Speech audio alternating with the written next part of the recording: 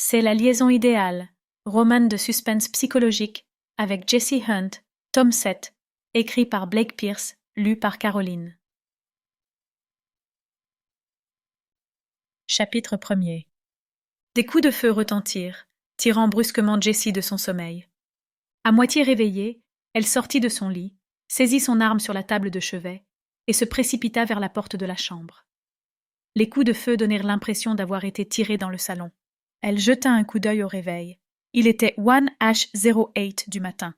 Sans se demander comment l'intrus avait pu déjouer les mesures de sécurité strictes de son immeuble d'appartement, elle se concentra sur ce qu'elle avait à faire. Il y avait une menace de l'autre côté de cette porte.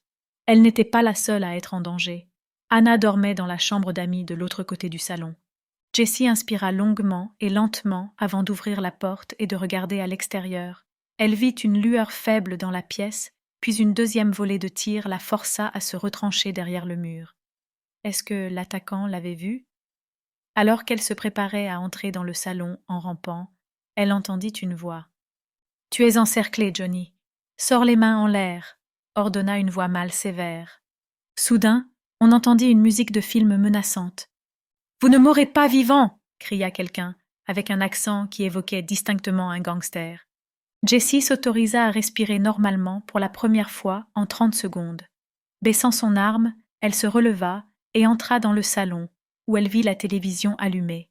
La chaîne en question diffusait un vieux film de gangster en noir et blanc. Jessie saisit la télécommande sur la table basse et éteignit la télévision.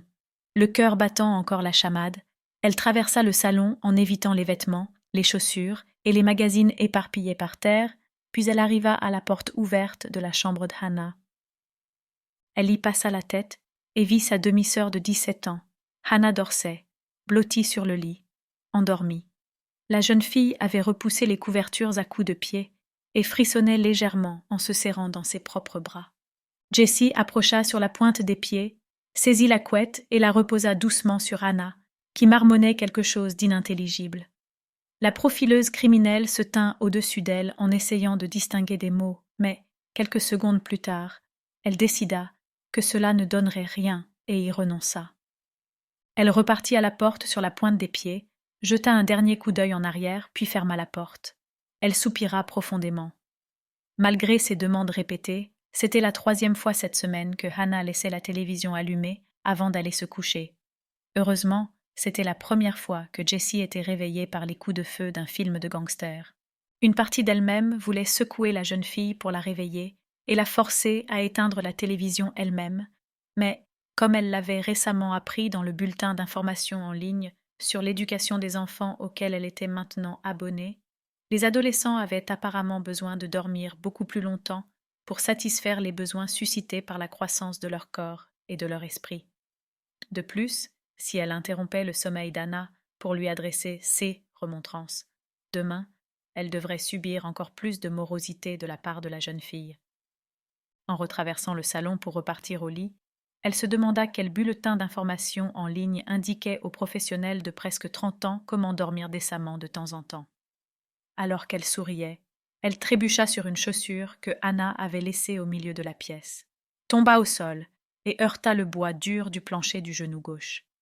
Elle se força à étouffer le juron qu'elle avait envie de hurler, gémit discrètement, se redressa et repartit au lit en boitant. Avec sa douleur au genou, son cœur qui palpitait encore et 1000 idées qui se bousculaient dans sa tête, elle se résigna à passer une autre nuit à moitié blanche, grâce à l'adolescente qu'elle avait accepté de laisser habiter chez elle. Je crois que je dormais mieux quand j'étais pourchassée par un tueur en série. Son humour noir la fit rire, mais ne l'aida pas à s'endormir. Astérisque. « Je n'ai pas fait ça !» insista Hannah avec colère. Assise à la table de petit déjeuner en face de la jeune fille, Jessie était stupéfaite. Elle n'arrivait pas à croire qu'elle nie l'évidence. « Hannah, il y a seulement 2 personnes qui habitent ici. Je me suis couchée avant toi. Quand je t'ai souhaité une bonne nuit, tu étais en train de regarder la télévision. Quand j'ai été réveillée au milieu de la nuit, elle était allumée. Pas la peine de travailler pour la police de Los Angeles pour savoir qui a laissé la télévision allumée. » Hannah la regarda fixement, ses yeux verts pleins de conviction. « Jessie, je ne veux pas te manquer de respect, mais tu as avoué que tu avais eu des problèmes de sommeil ces derniers temps.